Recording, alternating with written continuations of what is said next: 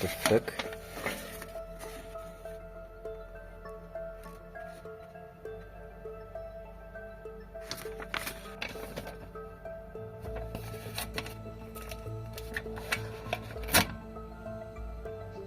Casse les couilles ces pubs.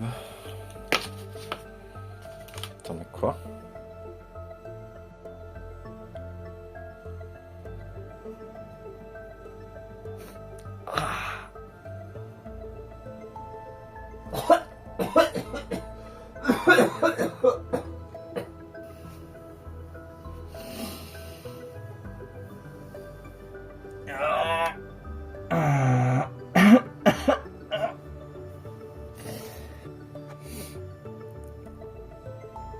Ça marche pas.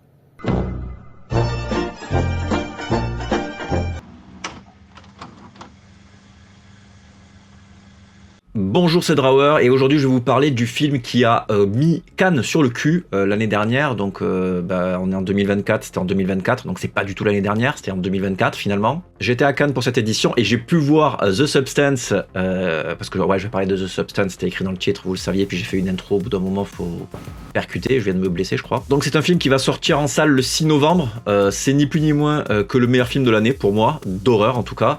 C'est un film réalisé par Coralie Farja qui avait déjà fait Revenge, un revenge movie somme toute assez cool mais oubliable. Là elle va bien au-delà de ce qu'on attendait d'elle et elle a fait un film incroyable. J'ai eu la chance de l'interviewer et je vous mettrai ça vers la fin de la vidéo. Regardez, c'est délicieux. Dans cette vidéo, il n'y aura pas de spoil. Le mieux, c'est que vous découvriez le film. Je vais pas faire des interprétations. Il y a 1 milliard de vidéos qui interprètent le film. Bon, les vidéos sont en anglais, mais bon, voilà. Je veux pas réinventer la roue, en fait. Je vais juste vous donner envie de le voir. Alors, pourquoi il faut voir ce film? Déjà, parce que c'est français. Ah bon, c'est franco-américain, mais bon, c'est réalisé par Coralie Farja qui est aussi productrice du film. Elle est monteuse, elle a écrit le film. Et d'ailleurs, elle a eu le prix du scénario à Cannes parce que le film était en compétition officielle. Quand j'ai vu le film à Cannes, les gens sont de manière générale pas habitués à ce genre de cinéma. C'est plus autorisant et tout. Hashtag chiant. Non, ne faisons pas de raccourcis. Et du coup, j'étais là, j'étais installé, bien, et il y avait des gens qui sursautaient, mais de ouf dans la salle, qui criaient, mais qui avaient des râles un petit peu de oh mon dieu, pas habitué du tout. Donc c'est un film de body horror. Donc le body horror, c'est en gros le corps qui va être mis à mal et qui va créer de l'horreur. Donc le film a de fortes inspirations de Carpenter avec The Thing, avec La Mouche aussi de Cronenberg. Vous allez voir que le film vaut son pesant de cacahuètes dans le sens où il est très généreux, il est assez long, il dure 2 heures combien? Comment il dure?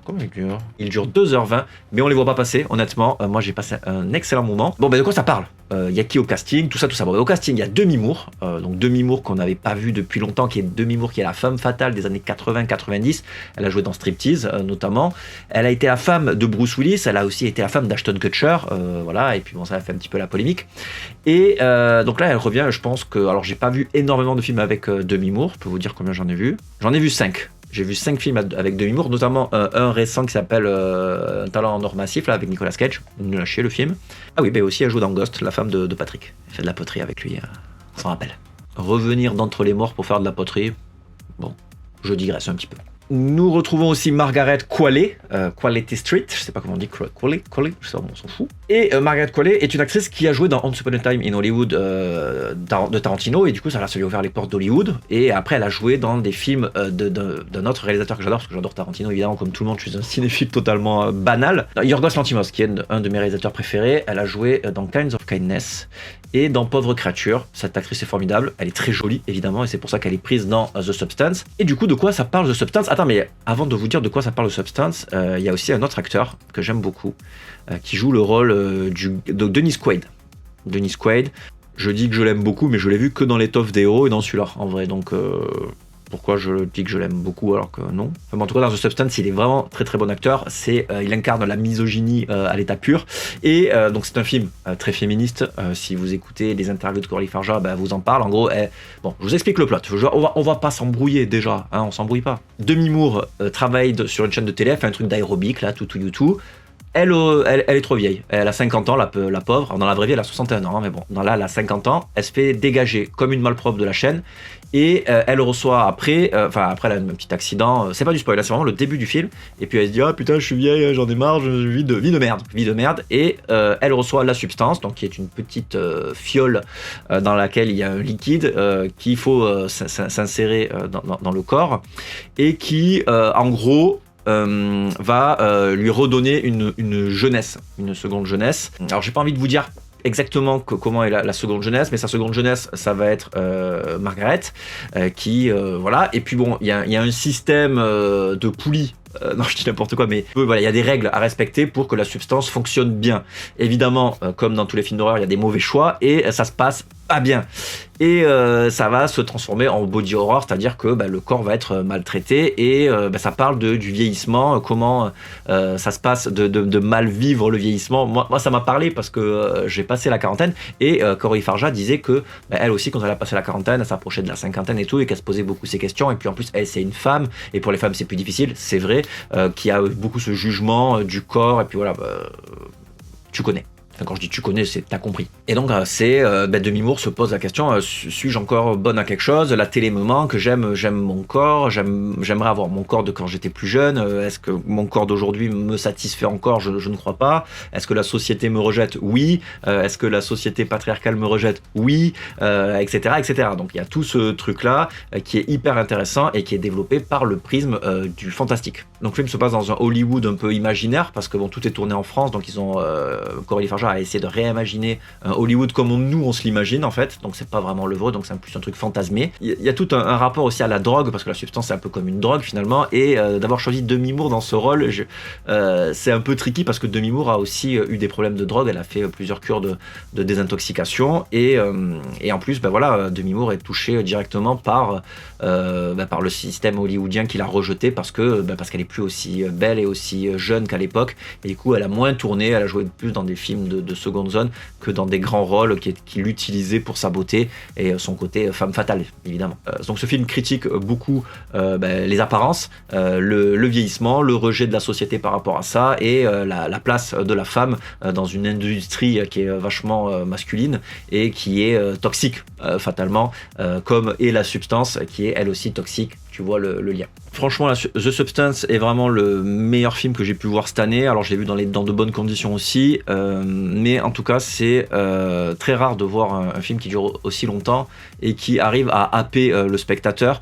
Il y a toujours un moment d'ennui dans les films d'horreur. Là il y a un rythme qui est assez soutenu, la photographie est incroyable, c'est vraiment très joli, c'est très pop dans les couleurs, on est beaucoup dans les roses, dans les bleus, mais aussi quand on passe dans des moments de nuit et d'obscurité, ça devient fatalement beaucoup plus dans les bleus sombres, dans le bleu nuit et tout, et il y a tout ce truc qui a un rapport à la nourriture, vous verrez, je spoil pas, rapport au corps bien sûr, je me répète, mais le film est organiquement, il se passe quelque chose quoi, et Demi Moore est à son apogée, joue son meilleur game, alors qu'elle a pas énormément de dialogue en plus, mais tout se passe dans le langage du corps, dans son visage, et ça s'est filmé de près, parfois ça filme des mouches un peu, c'est un peu comme dans le cinéma de Vince Gilligan, quoi, tu vois, il y a parfois on filme un petit animal par-ci pour montrer que, je pense à l'épisode de la mouche de Breaking Bad, mais pas spécialement ça, mais souvent ils filment des animaux, et là c'est pareil, au moment où on a une mouche dans un verre, ça rappelle évidemment la mouche de Cronenberg, et puis la femme, et puis son corps qui est un véhicule d'horreur,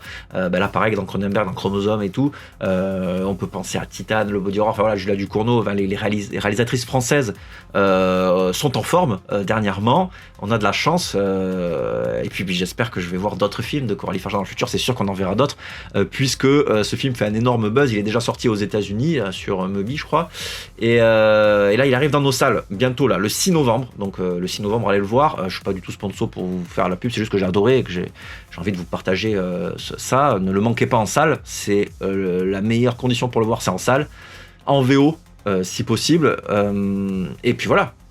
Régalez-vous, j'ai envie de vous dire. En préparation de la prochaine vidéo, vous pouvez me laisser un commentaire pour me dire ce que vous attendez de The Substance, et vous pouvez aussi me laisser votre identifiant Letterboxd. Vous pouvez me suivre sur Letterboxd, et une de mes prochaines vidéos sera du roast. C'est-à-dire que je vais aller sur votre compte Letterboxd et je vais vous roaster selon ce que vous avez mis dans vos critiques, dans vos préférences et tout. C'est un concept que j'avais vu sur YouTube que je trouve marrant. Donc évidemment, ça va être basé sur de l'humour. Je vais vous roaster, mais ça sera méchant, mais je pense pas vraiment tout ce que je dis. Ou peut-être un peu, mais pas à 100%. Ah, voilà, le but, c'est de se marrer. Donc, vous mettez dans les commentaires votre pseudo Letterboxd. Comme ça, j'en tirerai quelques-uns au hasard et j'irai voir ce qui se passe. Et ça sera fun, quoi. Voilà. Et voilà, vous pouvez me follow, bien sûr, sur Instagram aussi, sur les réseaux sociaux. Et c'est cool. Je vous laisse avec l'interview de Coralie Farja que j'ai réalisée à Cannes. On se retrouve pour une prochaine vidéo. J'espère que ça vous a plu. N'oubliez pas de tabasser les pouces en l'air et de vous abonner, bien sûr. Bisous. Oui, bonjour. Merci pour votre film. C'était vraiment l'éclate. Moi, d'habitude, je fais beaucoup des festivals de cinéma de genre. Donc, je suis de la chaîne Drawer TV. Donc, j'avais une question. Donc, ça va quand même vachement loin dans l'horreur, dans le gore et même dans la comédie. Je voulais savoir comment ça s'est passé, votre travail avec Demi Moore, notamment, qui est assez exceptionnel dans le film. Merci. Ouais, Demi, déjà, ça a été une chance incroyable de travailler avec elle. Quand on lui a envoyé le scénario et que j'ai su qu'elle avait aimé le scénario et qu'elle était intéressée par le film, j'avoue que j'ai été très surprise parce que je m'attendais pas à ce qu'une actrice comme elle puisse prendre autant de risques.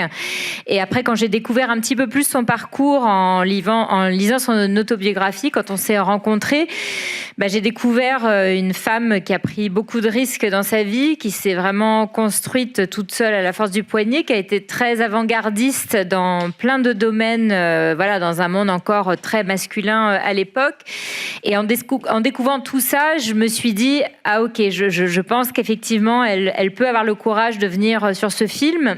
Et ça a été à partir du moment où on s'est fait confiance, où elle a fait confiance au script, où elle a fait confiance aux toutes les discussions qu'on a eues sur la mise en scène, sur la manière de filmer, sur ce que ça voulait dire.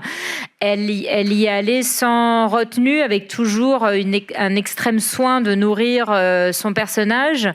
Et jusqu'au bout, même dans les moments difficiles, elle a été là et elle a investi le film de sa présence assez exceptionnelle.